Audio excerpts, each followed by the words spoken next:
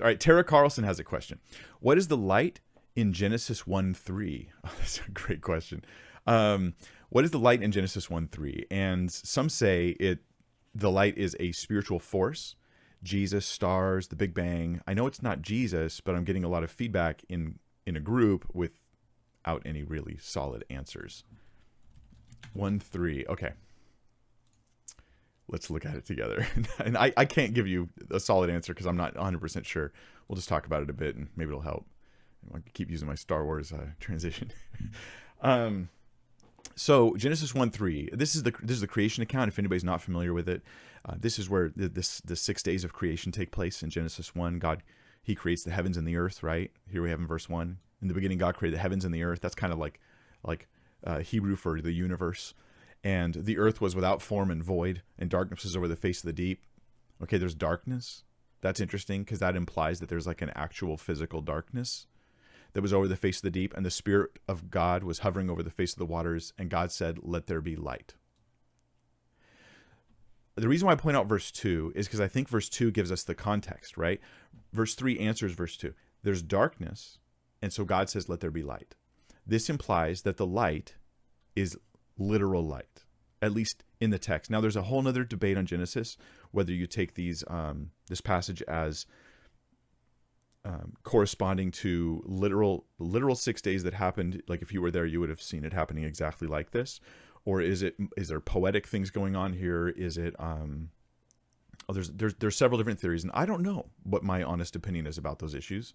And for the 5 people out there that are like, "See, Mike, you're a coward. You won't stand." No, you're not listening. I don't know, and maybe you know, and I'm ignorant here. I'm just admitting my ignorance.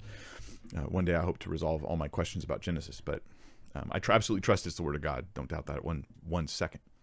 But I do find it to be a challenging thing to interpret in every aspect. Much of it is clear, but some of the questions I don't know the answers to.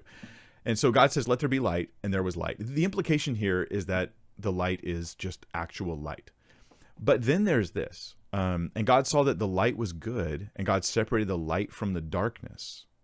God called the light day, and the darkness he called night. Again, the context implies that this is actual physical light. Now, there is no sun yet in this creation story. So what exactly is this? Now, some theorize, this could have been God's actual glory shining. Like he says, "Let there be light," and that pushes his glory, or it reveals his glory in creation. So his glory is shining. And that could be localized so that there's actually light and dark. That is entirely possible. Is it what the text says? No. So is a theory that I don't know is substantiated by the text. Can God create simply light out of nothing? Like just light shining? Yes. Does that have to then be his glory? No, it doesn't have to be his glory that's causing that light. He could just be causing light. That's interesting. What does it mean that he separated the light from the darkness? Well, that seems to apply time and day and night, and that night cycles, that sort of thing. And so I'm inclined to take light to just be light in this passage without a particular source. So I'm not going to assign a source. It's not sunlight, for the sun is not there yet. At least, I mean, if you take, I think it's John Walton's view. He's a scholar who does a lot of Old Testament stuff. I think it's John Walton's view. I could be wrong. Who says that the light here would have been actual sunlight, right? But it's later on when it says God created the sun, it's speaking only of God assigning a function to the sun. I think that's Walton's view. Forgive me if I'm wrong on that. And so God's giving it a name and a function doesn't mean it wasn't previously there. I don't personally, I'm not convinced of that, but I'm not saying he's guaranteed wrong. Again, I have a lot of questions about these issues that I still don't have the answers to. When you have someone, however, who you mentioned, that says it was Jesus. I mean, in John 1, we have a parallel passage that is about Jesus, right? Here's the difference. John 1:1, in the beginning was the Word was with God, and the Word was God. So in the beginning, where Genesis 1 begins, Jesus is already present. He's with God. He is God. He's both of those things, because that's the doctrine of the Trinity. He's God, but God is also tripersonal. So he's with God and is God. That's the doctrine of the Trinity. He was in the beginning with God. All things were made through him. And it goes on to talk about him being light In him was life, and the life was the light of men. The light shines in the darkness, and the darkness has not overcome it. But here John is drawing a theological parallel to Genesis 1. It is not saying that Jesus is the light when God says, let there be light. And here's my reason for that. I read the texts. Clearly, darkness here is a metaphor in John 1. Seems more literal in Genesis 1. And the light as well.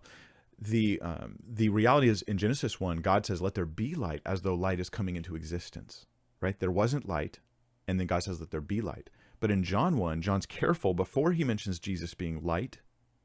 In him was life, and his life was the light of men, right? He's the light of the world, all that. Before he says that, he establishes in John 1:1 that he's already existing with God, right? So he's not coming into existence like light being cast in, or called into existence by God. He already exists.